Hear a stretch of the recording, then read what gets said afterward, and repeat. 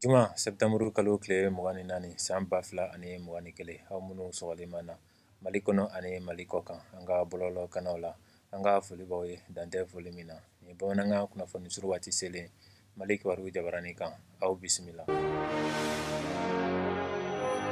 Mali sanfɛ kalanso lakɔli karamɔgɔ b'a fɛ ka taa baara bila la kokura. Sanfɛ kalanso lakɔli karamɔgɔ ka lafasali tɔn min bɛ wele tubabukan daɲɛsiru la ko SYNESUP o bɛ ka tile 5 baara bila boloda min bɛ daminɛ ntɛnɛndon Octobre kalo tile 4 ka se juma ma Octobre kalo tile 8 san 2021 a y'o baara bila sɛbɛn bila baarako ni foroba baara ani sigikafɔ minisiri ka tabali kan Septembre kalo tile 17 tɛmɛlen san 2021 a bɛ se ka kɛ tɛmɛ bɛ kɛ ni baarabila in ye ntɛnɛndon Octobre kalo tile 11 ka se o juma ma kalo tile 15 san 2021 ni baarabila sɛbɛn in kɔnɔ SYNESUP ka laɲiniw bɛ tali kɛ u ni gouvernement cɛ bɛnkan sɛbɛn kɔnɔko waliyali kan teliya la o min bolonɔbilala o di kalo tile 26 san 2021.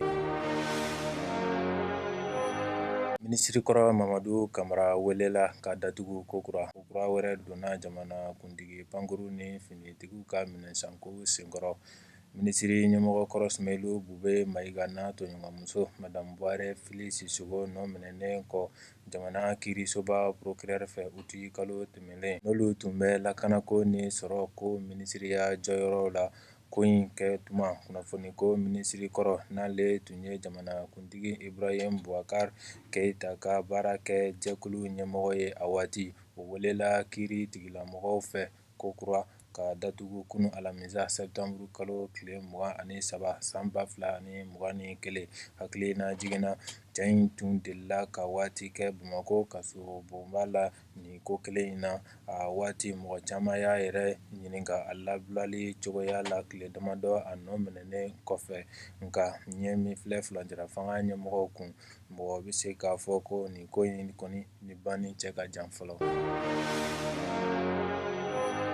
Musow ka Afrobasket Mali sera demi-finale la. Mali ye sebaaya sɔrɔ ka se Afrobasket Cameroun san 2021 demi-finale kɛnɛ kan. A kɛra quart de finale senfɛ kunun alamisa Septembre kalo tile 23 san 2021 Mali ye Angola gosi 70-53 Yaoundé farikolo ɲɛnajɛ kɛsoba la. Demi-finale bɛ tan bi juma Septembre kalo tile 24 san 2021 nɛgɛ kanɲɛ 17 waati Mali ni Cameroun bɛ ɲɔgɔn sɔrɔ. Kamasɔrɔ demi-finale tɔ kelen la Senegal ni Nigeria b'u kɔ da ɲɔgɔn na a bɛɛ bɛ tan Yaoundé farikolo ɲɛnajɛ kɛsoba la.